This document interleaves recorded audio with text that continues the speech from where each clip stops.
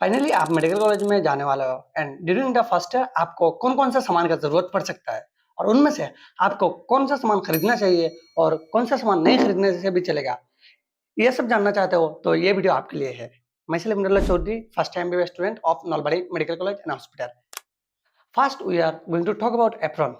ये सिर्फ एक व्हाइट पीस ऑफ क्लॉथ नहीं है, ये एक इमोशन है। After lot of struggle and sacrifices आपको ये पहनने को मिलेगा and you gonna feel that moment at the time of white coat ceremony.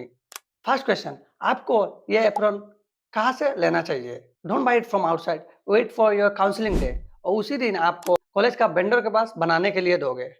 लेकिन आप बाहर में बनाने दोगे तो आपको कॉलेज का नाम एम्ब्रॉयडिंग किया हुआ नहीं मिलेगा।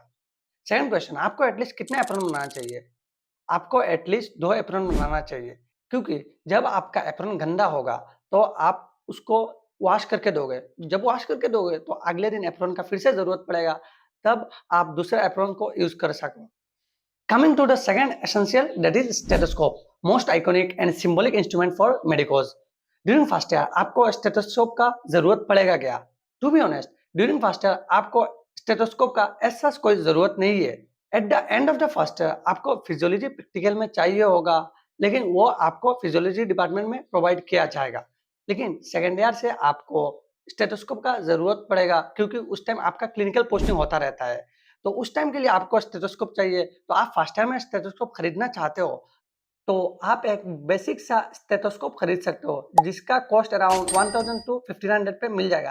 लेकिन आप लिटमैन का स्टेथोस्कोप बाय करने का कोई ज़रूरत नहीं है, क्योंकि उसका कॉस्ट अराउंड 10,000 टू 15,000 जाता है और आपको ये पूरा एमबीबीएस में ऐसा कोई ज़रूरत नहीं पड़ेगा। तो इसीलिए आप एक बेसिक सा स्टेथोस्कोप खरीदें और आई विल सजेस्ट कि आप माइक्रोटोन का स्टेथोस्कोप खरीद सकते हो। स्फिग्मोमेनोमीटर, ये बीपी मेज़र करने के लिए काम आता है एंड आपको ये फिजियोलॉजी डिपार्टमेंट में सिखाया जाएगा कि आपको कैसे बीपी मेज़र करना है और ये आपको फाइनल ईयर तक क्लिनिकल पोस्टिंग में करना होगा। तो आपको प्रैक्टिकल के लिए स्फिग्मोमेनोमीटर लेना चाहिए क्या? तो आई सजेस्ट आपको स्फिग्मोमेनोमीटर नहीं लेना चाहिए, क्योंकि आपको वो डिपार्टमेंट में प्रोवाइड किया जाएगा और आप अपना फैमिली का बीपी मेज़र करना चाहते हो या दोस्तों के साथ प्रैक्टिस करना चाहते हो, तो आप खरीद सकते हो।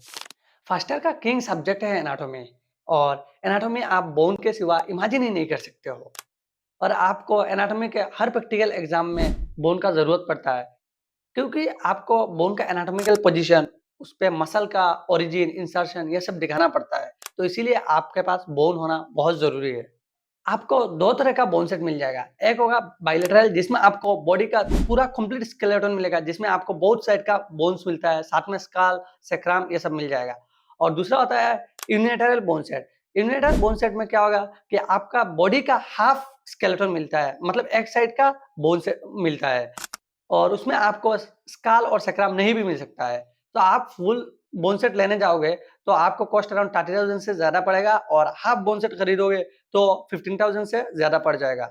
और आपको इसीलिए कॉलेज आने तक वेट करना है। जब आप कॉलेज आओगे तो आप अपने दोस्तों के साथ मिलकर बोन सेट खरीद लेना सीनियर से और हमेशा bone set original bone set खरीदें, सिलिकॉन का बोन सेट नहीं खरीदना है। और आप से कॉलेज में आओगे तो सीनियर के पास आपको ओरिजिनल बोन सेट मिल जाएगा। डाइसेक्शन किट, इससे आप कैडेवर को डाइसेक्ट करोगे और ये आपको डेली डाइसेक्शन हॉल में काम आएगा और ड्यूरिंग प्रैक्टिकल एग्जाम आपको ये चाहिए होगा फॉर डाइसेक्शन। और आपके पास आपका अपना डाइसेक्शन किट होने से अच्छा है, तो आई विल सजेस्ट कि आप एक डाइसेक्शन किट खरीदो, लेकिन आप कभी ये ऑनलाइन मत खरीदना, क्योंकि आपको ऑनलाइन खरीदोगे तो आपको इंस्ट्रूमेंट पता नहीं चलेगा ये खराब है या अच्छा है। तो इसलिए आई विल सजेस्ट आप क्या करो कि फिजिकली एक शॉप में जाओ, जाके डाइसेक्शन किट के इंस्ट्रूमेंट को अच्छे से चेक करो फिर खरीदो। क्योंकि मेरे साथ भी फर्स्ट टाइम में ऐसा हुआ था कि मैंने भी बिना देख के डाइसेक्शन किट खरीद लिया था, फिर मेरा सारा इंस्ट्रूमेंट लगभग खराब ही आया था। Next and most controversial question, आपको आईपैड या लैपटॉप लेना चाहिए क्या? फर्स्ट थिंग इज कि आपको आईपैड या लैपटॉप का कोई जरूरत नहीं है, book is enough for you. लेकिन आप बाई करना चाहते हो तो as a medico I suggest आप एक आईपैड बाई कीजिए, क्योंकि आप आईपैड में लेक्चर भी देख सकते हो, बुक रीड भी कर सकते हो, नोट्स भी बना सकते हो और आपको एक्स्ट्रा काम करना है जैसे कोडिंग या वीडियो एडिटिंग, तब लैपटॉप के लिए जा सकते हो। लेकिन आईपैड लेने से बेहतर है आप इजीली कहीं पे भी कैरी कर सकते हो। और सच कहूँ तो मैंने भी फर्स्ट टाइम में लैपटॉप लिया था और बाद में मैंने उसको अपग्रेड करके आईपैड में आ गया, बिकॉज लैपटॉप का ऐसा कोई काम नहीं पड़ता है मेडिकल कॉलेज में। फर्स्ट ईयर में टोटल 3 सब्जेक्ट होता है, एनाटॉमी, फिजियोलॉजी, बायोकेमिस्ट्री। एनाटॉमी में आप बीडी चौरसिया या विश्राम सिंह ले सकते हो, लेकिन ज्यादातर कॉलेज बीडी चौरसिया को ही प्रेफर करते हैं और विश्राम सिंह में आपको अच्छा खासा इमेज मिल जाएगा। फिजियोलॉजी में आप गाइटन हॉल या एकेजन प्रेफर कर सकते हो और बायोकेमिस्ट्री में आप वासुदेवन प्रेफर कर सकते हो। लेकिन आपको कॉलेज के लिए वेट करना चाहिए, बिकॉज हर कॉलेज के प्रोफेसर्स का अलग अलग प्रेफरेंस होता है।